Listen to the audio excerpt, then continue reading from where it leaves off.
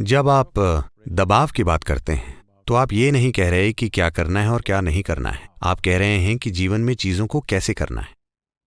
अगर एक design school चलाना एक बड़ा दबाव बन रहा है और अगर एक व्यवसायी की तरह जीना दबाव बन रहा है तो इसे मत कीजिए, बीच पर टहलने चले जाइए।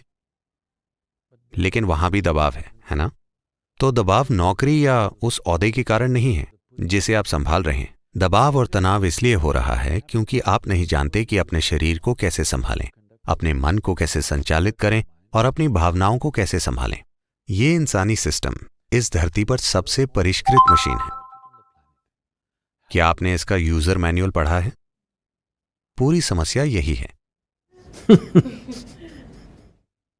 अगर आप वैसा करते हैं तो बाहरी परिस्थितियां बस एक खेल जैसी होंगी। आप किस हद तक खेल सकते हैं? हो सकता है कि आप मेरी तरह ना खेल पाएं, लेकिन आप अपनी सर्वोच्च क्षमता से खेलेंगे और ये ठीक है। आपको किसी दूसरे की तरह नहीं खेलना है, लेकिन आपको अपनी सर्वोच्च क्षमता से खेलना चाहिए। अगर उसकी खोज नहीं की गई है, जब आप पर दबाव पड़ता है तो उसकी खोज नहीं हो पाएगी। जब आप पर दबाव पड़ता है, जब आप तनाव में होते हैं तो आप अपनी पूरी क्षमता के साथ नहीं जिएंगे। जब आप दबाव में हों तो छोटे मोटे काम भी नहीं हो पाएंगे। अगर आपके भीतर एक खास स्तर की शांति और मिठास है तो आपका शरीर और आपकी बुद्धिमत्ता पूरी तरह से काम करेगी।